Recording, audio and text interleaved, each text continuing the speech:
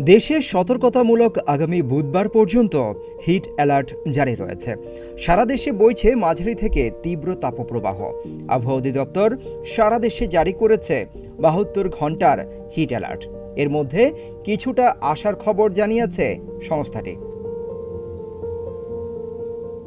অধিদপ্তরের দেওয়া এক পূর্বাভাসে বলা হয়েছে, বুধবার সন্ধ্যা ৬টার পর থেকে সারা দেশে দিন ও রাতের তাপমাত্রা কিছুটা কমতে পারে। অর্থাৎ বুধবার সন্ধ্যা ৬টার পর থেকে গরমের অনুভূতি কিছুটা হলেও কমবে। তবে জলীয় বাষ্পের আধিক্যের কারণে অস্বস্তিও বিরাজ করতে পারে কিছুটা।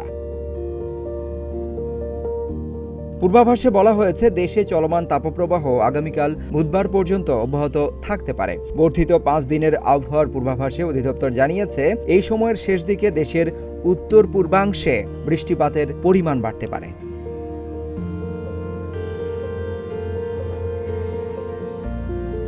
এদিকে আজ মঙ্গলবারের পূর্বাভাসে অধিদপ্তর জানিয়েছে, সিলেট বিভাগের দু-এক জায়গায় অস্থায়ীভাবে দমকা বা ঝোড়ো হাওয়া সহ সেই সঙ্গে কোথাও কোথাও বিক্ষিপ্ত শিলাবৃষ্টিও হতে পারে।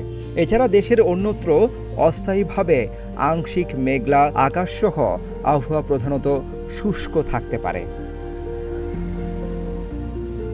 রাজশাহী, পাবনা, খুলনা, বাগেরহাট, যশোর, চুয়াডাঙ্গা ও কুষ্টিয়া জেলাসমূহের উপর দিয়ে তীব্র তাপপ্রবাহ বয়ে যাচ্ছে। ময়মনসিংহ, মৌলভীবাজার ও রাঙামাটি জেলাসহ রাজশাহী ও খুলনা বিভাগের অবশিষ্টাংশ এবং ঢাকা, রংপুর ও বরিশাল বিভাগের উপর দিয়ে মৃদু থেকে মাঝারি ধরনের তাপপ্রবাহ বয়ে যাচ্ছে এবং তা বিস্তার লাভ করতে পারে।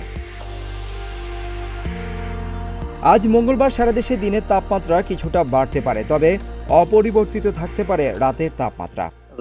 গতকালকে আমরা তাপপ্রবাহ সতর্কবার্তা জারি করেছিলাম। সেখানে আমরা বলেছিলাম যে দেশের উপরে চলমান তাপপ্রবাহ 22 এপ্রিল থেকে পরবর্তী 72 ঘন্টা অব্যাহত থাকতে পারে। এ সময় জলীয় বাষ্পের আধিক্যের কারণে অস্বস্তি ভাব বৃদ্ধি পেতে পারে। আর এছাড়া আগামী 24 ঘন্টা যে অবস্থা দেখা যাচ্ছে, তাতে সিলেট বিভাগ ছাড়া